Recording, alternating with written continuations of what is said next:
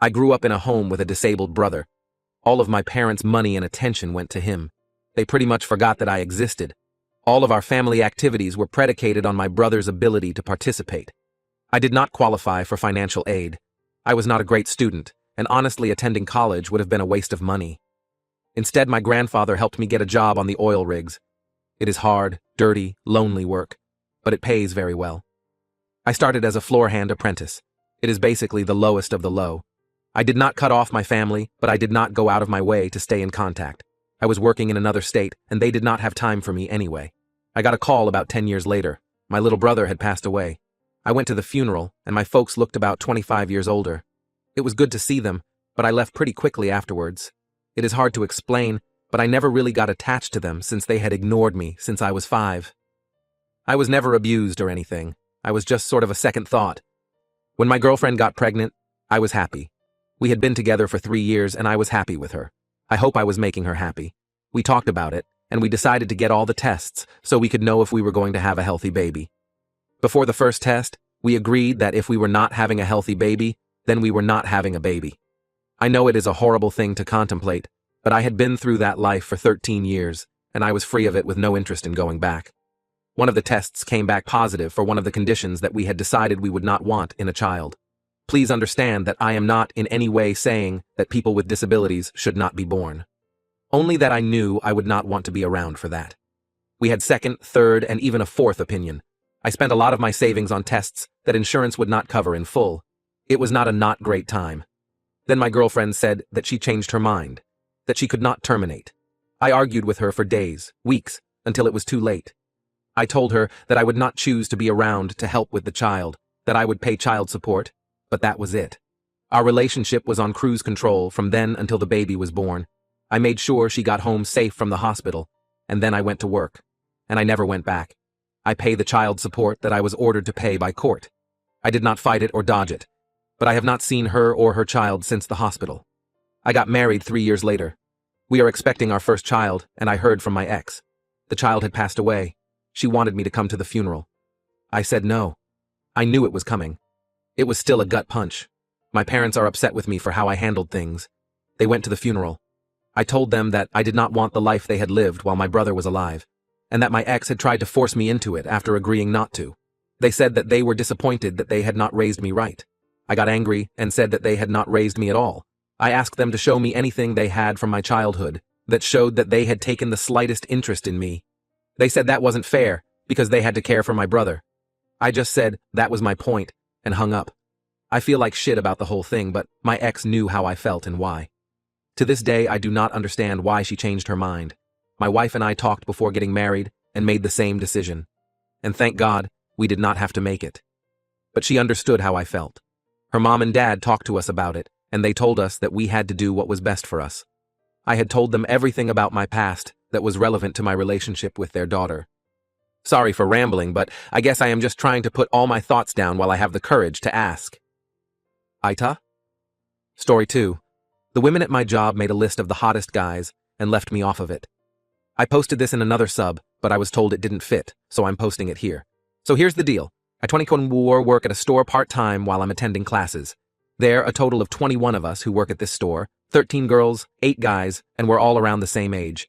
We have a pretty good working atmosphere, no open hostility so far I know, and everyone gets along well, and jokes around with everyone. Though I will say, the guys and girls do tend to stick together more. As for me, I'm fairly well liked by everyone. I try and be pleasant to everyone I work with because who needs an asshole coworker? Unfortunately, here's where things go bad. One of the guys who work as Chris Chungchi Threem is dating one of the girls in the store, Ashley Wenwev. Chris was apparently beasing on her phone when he came across the girls' group chat. He said it was mostly girl talk, but he found a list ranking all of the guys in the store by their hotness. He had a laugh about it and screenshotted it to send to our group chat. Everyone saw it and had a laugh at the rankings. The guy at the top, Chad Pui, kept sending crown emojis. Then everyone noticed I wasn't there. I didn't look at the chat till later since I was with my parents at the time and had it on mute. When I saw I wasn't on the list, it was like I was slapped across the face. And the worst part of this? The list was out of 10, and they included the 3 delivery guys who drop off stuff and some of the girls flirt with. This crushed me in a way I don't think I've ever been crushed before. It's like, damn, I'm that much of a hideous monster that I'm not worthy of being ranked. I spent the rest of my day being miserable and not talking to anyone. When I wasn't responding to the chat, the guys all tried to hit me up individually, but I didn't respond. I looked into the chat, and the guys were starting to be pissed on my behalf, which I definitely didn't want. I decided to call in sick the next day, and when I didn't show up, apparently it all came out into the open. The girls at the store started messaging me, apologizing to me, and making all kinds of excuses. Quite frankly, I didn't care. I decided to face the music the next day and suck it up at work.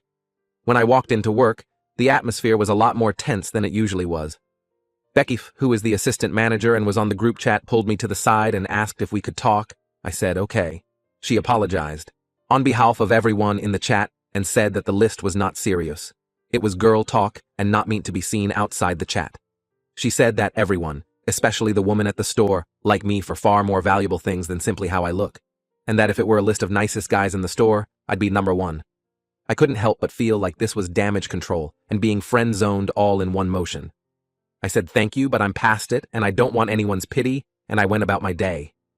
Of course, I did end up getting that pity with a lot of the guys coming over to talk to me, and some of the girls as well.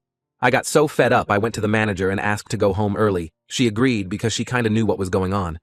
This was all about 5 days ago, and since then, everyone at the store has been trying to get me to talk, but I haven't gone back. I don't want pity, and I don't want sympathy. If they think I'm ugly, then fine. But don't try and justify it, or make me feel better about it.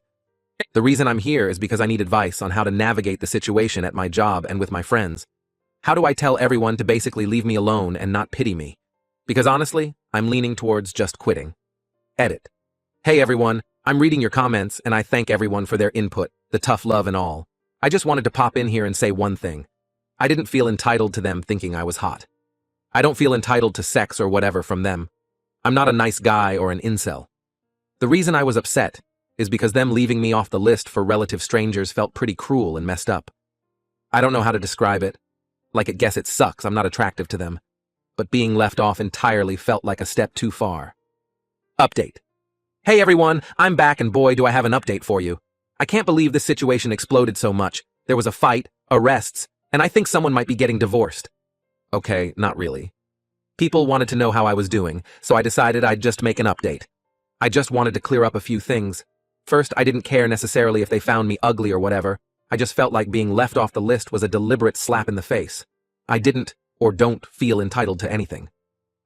Next, the manager of the store, Barb, was not involved in the group chat in any way. She's a 38-year-old married woman with 2 kids who is far too busy trying to get us to stop smoking weed behind the store on our breaks. What I meant to say is that she was made aware of the situation after it was brought to her attention. Third, I wasn't aware of the list right away. I was with my parents and wasn't paying attention to the chat. Now, after reading the comments on the first thread, I decided that while I could be upset that I was deemed unattractive, I probably shouldn't care as much I did. I kinda wanted to discover why not being on the list hurt me so much, so I took my sister's advice and will be seeking a therapist. Funny enough, my grandpa has a saying that came to mind when reading the comments in the first thread. Whenever my dad or his brothers and sisters would be upset about something, my grandpa would tell them, I didn't get wounded in the Ia Drang Valley so you could sit there and cry about X. The X could be anything. The point is, he was telling them to toughen up. It became a joke among my aunts and uncles that passed down to my cousins. So I could hear my grandpa telling me in head, I didn't get wounded in the Ia Drang Valley so you could sit there and cry about some girls thinking you're ugly. And that got me up a bit. I was still feeling kinda shitty, but I decided to put on a brave face and tell my manager I'd come into work the next day after posting the thread. As soon as I walked in, the manager took me to her office and said the owner of the store wanted to see me. I wasn't really worried since I had a good relationship with Carl, who was the owner. Carl told me he heard about the story and he was sorry about everything. He said the list was childish and unprofessional, and he was sorry I had to take time off to deal with it. He said the girls all got a strong reprimand and a stern warning that this wouldn't be tolerated in the future. He also suspended Becky because he said she should have not been in the chat to begin with, and if she was, she should stop the list stuff. He also emphasized that he told everyone that he hadn't talked to me yet, and that he wasn't punishing anyone because I asked for it. He also said he'd pay me for the shifts I missed as a bit of compensation for the mental distress. I thanked him and told him I was over it pretty much right away. I just hated having everyone think I needed coddling and wanted everything to cool down. With that, we shook hands and I started my day. Everyone welcomed me back, and I said hey to everyone. I went to my locker and found a letter slipped inside. It was a handwritten letter from all the girls. I'll summarize here because the list was long. In it, they apologized profusely for the chat and the list. They said that nothing was going to make it right or make me believe them, but they wanted to say, once again, the list was non-serious and meant to be some stupid fun, and no one was meant to see it. They said that they all loved me individually, that I was a good person, and that makes me more attractive than most people who are considered hot. Interestingly, they said I was considered cute. Okay, then LOL. I flagged down one of the girls on shift who I get along with really well, Sam enough, to tell the group that I accept their apology. I told her to tell them that I got over it pretty much right away, that I just took time off because I wanted the situation to die down and that I didn't take anything personally. Also, I told her that I'm sorry that anyone got in trouble. I didn't talk to the Barb or Carl about anything until today. I didn't want this to become an issue at all. Unfortunately, the guys made it an issue on my behalf. Sam apologized again and told me she'd tell everyone. And that's that. Sorry if this was not the explosive post you all were looking for. I just wanted to get this situation resolved as soon as possible and put behind me so that I and everyone else can move on. I am thinking about not returning next semester, however. So thanks all. I appreciate your comments and helping me get through this little episode in my life.